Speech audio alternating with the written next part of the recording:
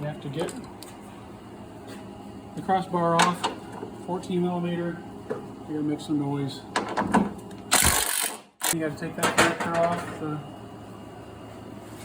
mass airflow sensor. Pinch the clip and pull that back. There's another connector over here. You got to push the little tab down to unlatch it, and then pry the little connector back and pull it off. And then you got to undo this thing, 10 millimeter.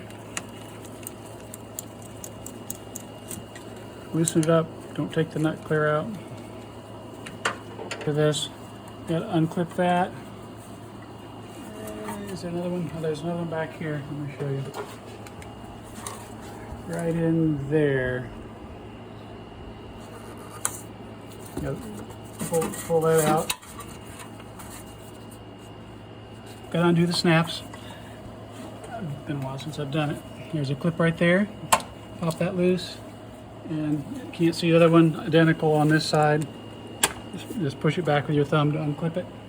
Okay, now pull straight up on this so these two open up like that.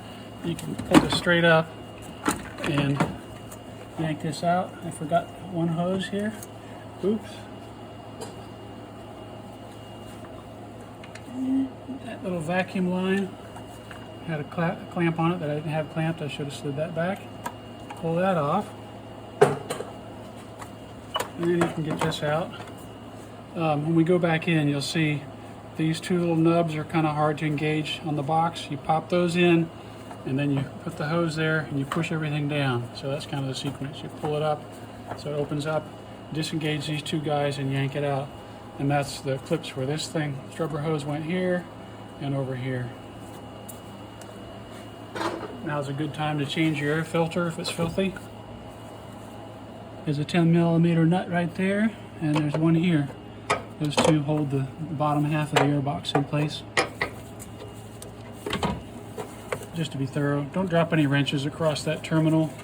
It'll make your battery explode and spray you with sulfuric acid.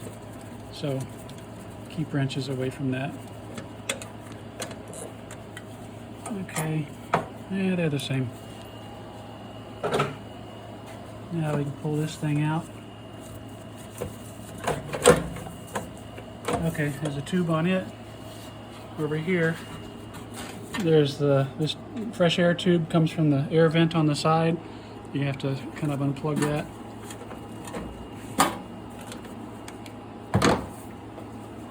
get you on something. Oh, another snap. Okay, there's a vacuum line there, which I just unplugged. That one there. That makes sense. That's the bottom half of the air box. And now we're down to the reservoir. There's the HPU. There's the reservoir. Has a cover on it. Just yank straight up, and it's tight. And it's caught underneath this thing, so you have to kind of jiggle it out. Okay, there's the reservoir. There's the filler cap. And they tell you to, instructions say to depressurize the system before you remove the cap. There's no reason. It's got a vent hole in it. That little hole there comes out right there. Lets all the moisture get into your nice brake fluid and contaminate it. But that's how you get to it.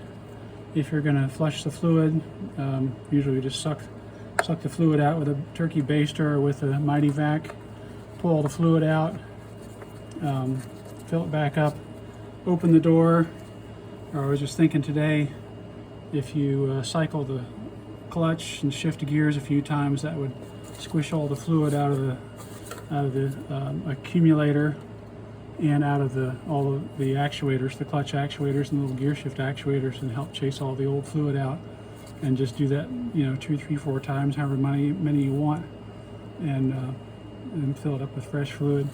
The fill level is supposed to be, I think, between that little, there's the seam between the two halves of the reservoir. There's a notch right there and a notch right there. I think that's the low and that's the high. I'm pretty sure the only way you want to check that is when the accumulator is completely empty. So the way to do that would be let it sit overnight until this thing will slowly bleed down and all the fluid is back in the reservoir. Then you can check the level. If you screw up and get too much fluid, it'll come squirting out of that little hole right there, and it'll dribble all over the HPU and make a puddle on the ground, and it won't hurt anything. So no harm there. While we got this thing all apart, there's one more thing that's handy. If you ever need to shift the car into neutral without the SMT system, that little shaft right there with the hole in it, it's too much light. Okay, with the hole in it, you can drop a screwdriver down in there.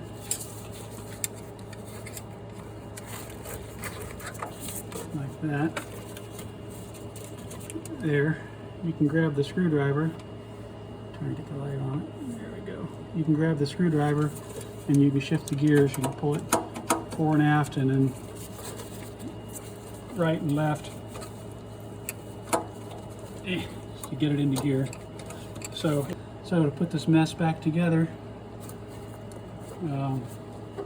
pop the cap back on. I mean, if you just go have to back in there. Sorry, it goes, yeah, it goes that way. There's one vacuum line to clip in there. You put that back, and then your air filter, and then get this engaged and get that engaged, and then, sorry, I'll do it in the back of that box right there, like that, and then get that hose here, line it up, and as you push it down, the two will come together. So you have to get all that done. Then you can put that hose back in here and here, hook up the mass airflow sensor wire and this little evap system wire and that vacuum line. If you ever do need to shift the car into neutral with all the air box and stuff in place, here's how you do that. You reach your hand in here, and you can reach the that shifter nub there. I think your hand actually fit right in there. I do it all the time, but that's where your hand reaches in there. You don't have to take all that air box and stuff off to reach the little shifter nub. And then, after you get that back in, the last thing is to put the little triangle support back on for the tower struts. I've written on here so I get them right on the torque nut. So 55 foot-pounds on that one, and 59 foot-pounds on these is the spec.